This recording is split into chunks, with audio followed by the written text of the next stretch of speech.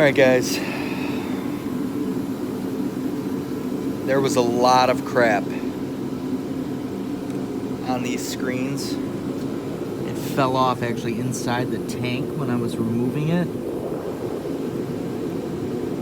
But yeah, that stuff there, it's all ice.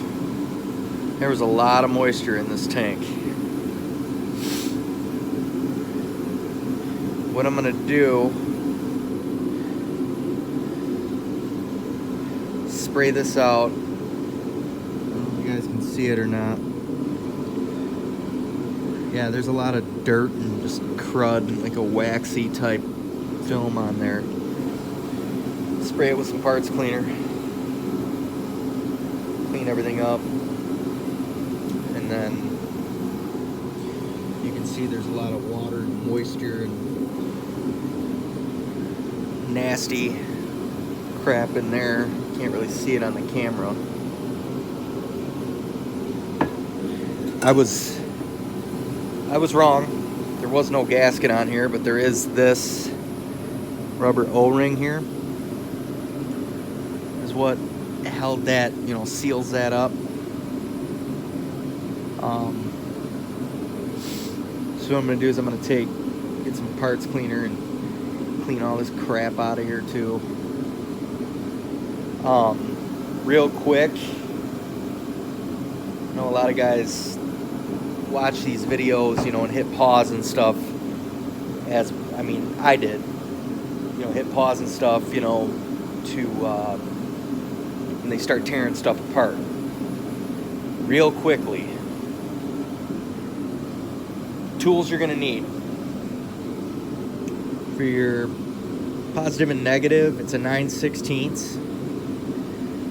These hydraulic connections, they are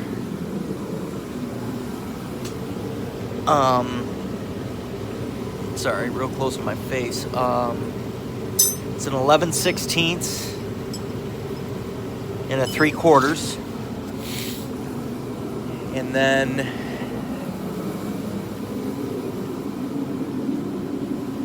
for the bolts, the 4 bolts for here to pull your tank off is 3/8.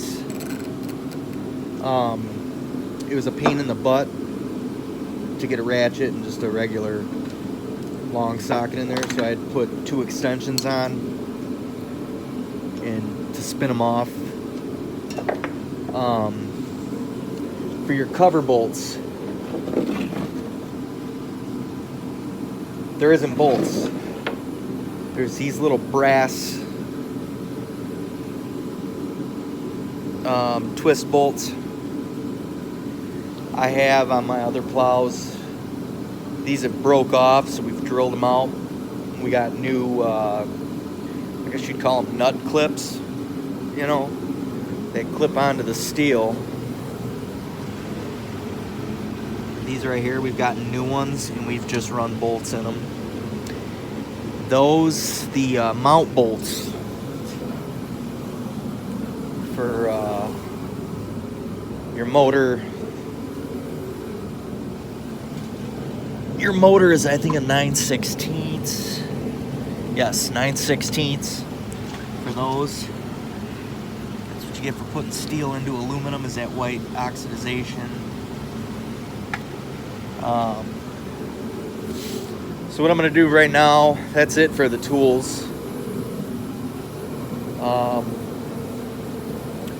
What I'm going to do right now is pull these screens off, clean them up real good,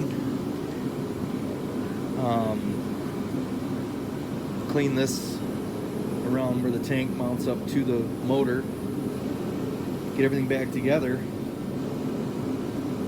and we'll go from there. See you guys soon.